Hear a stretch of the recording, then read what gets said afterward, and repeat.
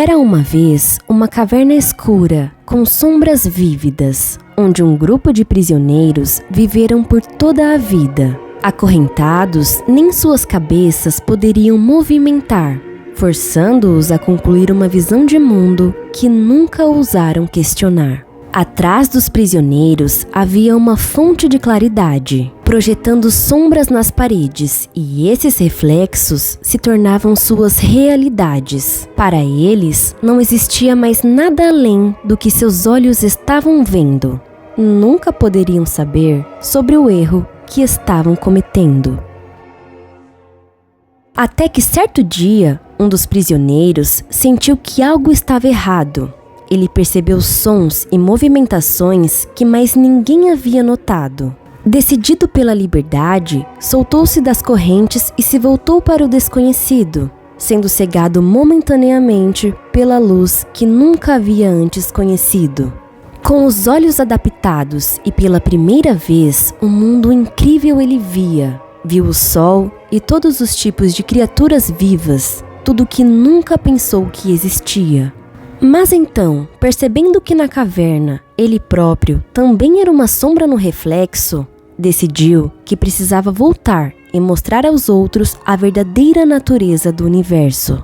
Para sua infelicidade, ao voltar, descobriu que os companheiros não acreditavam na sua versão. Os prisioneiros não conseguiam imaginar um mundo fora daquela prisão. De todas as maneiras possíveis, ele se desdobrou para tentar convencê-los, até perceber que estava sozinho e seu corpo se envolver num completo desespero. Num final trágico, ele retornou para as correntes pela falta de opção e condenou a si mesmo a ser uma eterna sombra naquele mural feito de ilusão. Foi quando descobriu que se torna irrelevante a verdade frente a pássaros mantidos em gaiolas e incapazes de sentir a liberdade, eternamente preso a viver uma vida de mentira e miragem, olhando para as sombras que ele sabia que não eram a verdadeira realidade.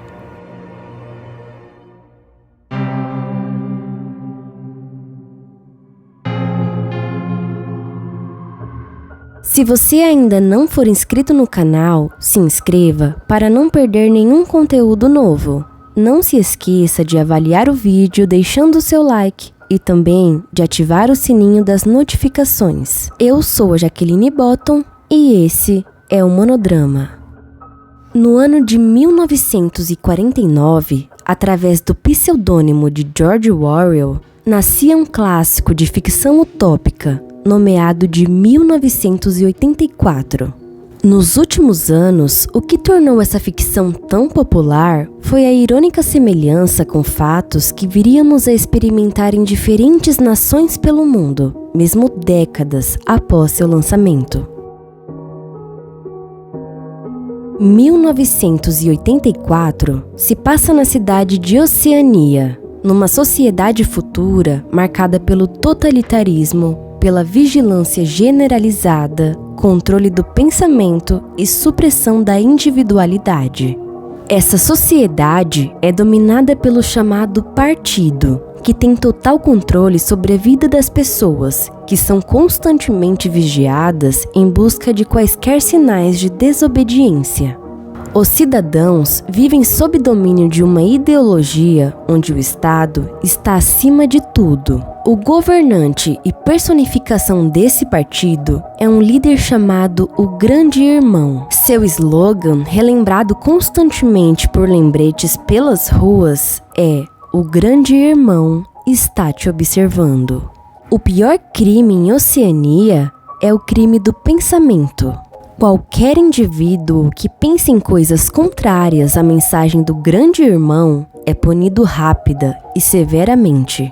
Para que ocorra um controle do que chega até os cidadãos, existe o Ministério da Verdade, uma instituição governamental que é responsável por alterar registros históricos para se alinhar à propaganda do partido. Fazendo com que o passado seja modificado, a visão de toda a população sobre o futuro também se modifica. Daí surgindo a conhecida frase: quem controla o passado, controla o futuro.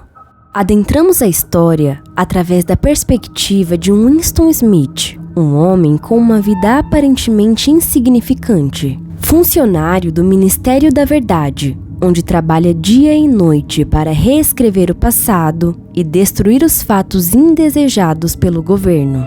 Todos os dias, Winston muda o passado com as próprias mãos e o ajusta aos novos padrões elaborados pelo partido no poder. Vendo tal adaptação da verdade e eliminação do passado diariamente, Winston Smith não pode deixar de se perguntar se o que está acontecendo é correto. E com o passar do tempo, Winston nutre secretamente uma profunda insatisfação com o controle do partido. Em sua alma cresce uma semente de suspeita e dúvida, e isso o induz a começar a escrever um diário. Esse diário é a única coisa que ouve que Winston pensa verdadeiramente sobre seu trabalho, sua vida e seu governo, e marca o início de seu protesto. O protagonista precisa ter muito cuidado e fazer a escrita em total sigilo, se escondendo de outras pessoas e também de aparelhos, uma vez que a sua TV não é apenas uma ferramenta para alimentá-lo com as informações selecionadas, mas também serve para o espionar. Qualquer som que Winston fizesse acima do nível de um sussurro muito baixo seria captado pelo aparelho. Além disso, enquanto ele permanecesse dentro do campo de visão de uma espécie de espelho, ele também poderia ser visto. É impossível fazer algo em particular na Oceania. Todas as casas são de vidro. Todas as paredes têm vigilância e escuta telefônica. A polícia do pensamento vigia cada movimento de cada cidadão e constantemente prende aqueles que violam as regras. No entanto, há uma diferença em como o Grande Irmão trata certas classes de seus cidadãos. A classe trabalhadora baixa é considerada como tendo menos tendência para pensar. Portanto, é tratada como uma população de menor risco para o partido. E por isso, as regiões onde estes habitam possuem uma vigilância e segurança menos severa que os demais locais. Essa classe simbolizam as pessoas que não gostam de tomar decisões, porque é do conhecimento do senso comum que com as decisões vem a responsabilidade. Evitando a responsabilidade, eles aceitam que os outros tomem decisões por eles, e a sociedade aceita como seu direito seguir soluções pré-definidas. Mas passo a passo, essa disposição em deixar que os outros determinem essas escolhas se transforma numa perigosa rede de supercontrole. O Grande Irmão é o líder supremo da Oceania. Ele é como um deus, e o objetivo final é agradá-lo. Por isso, todos os erros e brechas do Grande Irmão ou do partido são simplesmente reescritos nos jornais. Suas fotos estão por toda parte. Todos os slogans são assinados por seu nome. Ele é a única fonte de informação, fé e adoração na Oceania. É no trabalho que o solitário Winston conhece os dois personagens fundamentais para sua vida, tanto para o bem como para o mal, Julia e O'Brien. Com Julia, que também nutre pensamentos rebeldes contra o partido, Winston desenvolve um romance proibido, uma vez que para os cidadãos da Oceania, as relações interpessoais também são controladas pelo manipulador Grande Irmão. O'Brien é o representante de um movimento revolucionário que lhes dá um livro sobre a filosofia da próxima rebelião. Enquanto lia o livro numa das partes menos vigiadas da cidade, o casal é preso pela polícia judiciária. O'Brien, o chamado representante do movimento revolucionário, não passava de uma armação do Grande Irmão para encontrar possíveis rebeldes que discordassem do partido. O governo então aprisiona o casal. Winston é torturado por O'Brien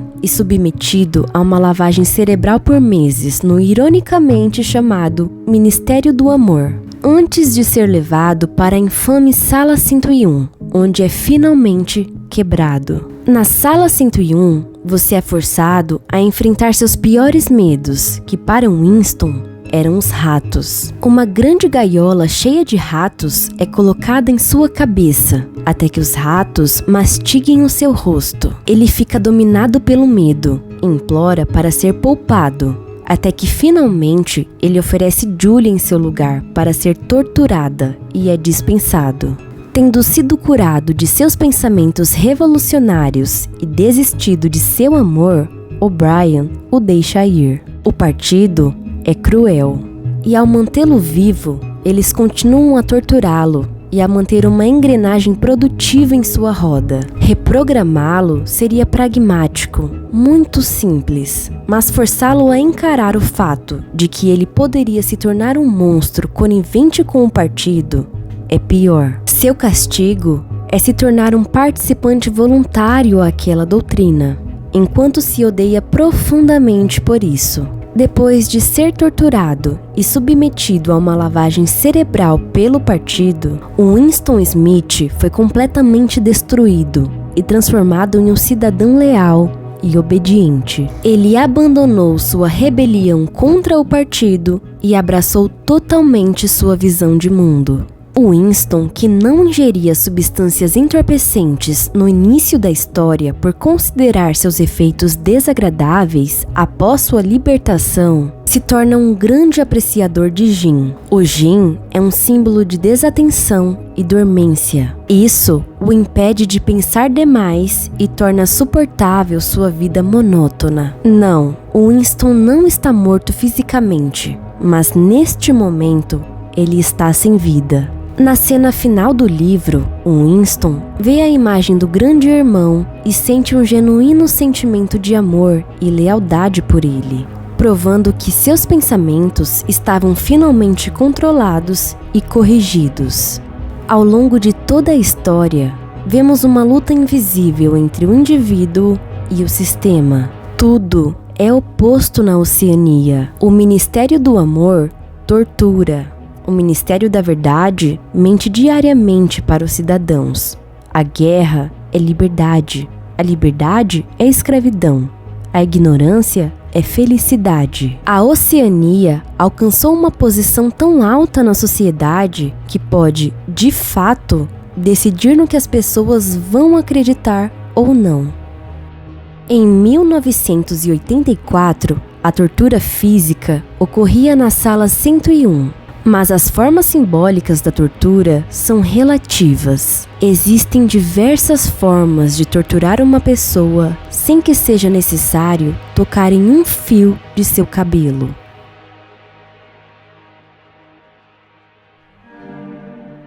A espiral do silêncio é uma teoria da comunicação que busca explicar o fenômeno de autocensura e o silenciamento de opiniões minoritárias em função do medo do isolamento, punição e da rejeição social.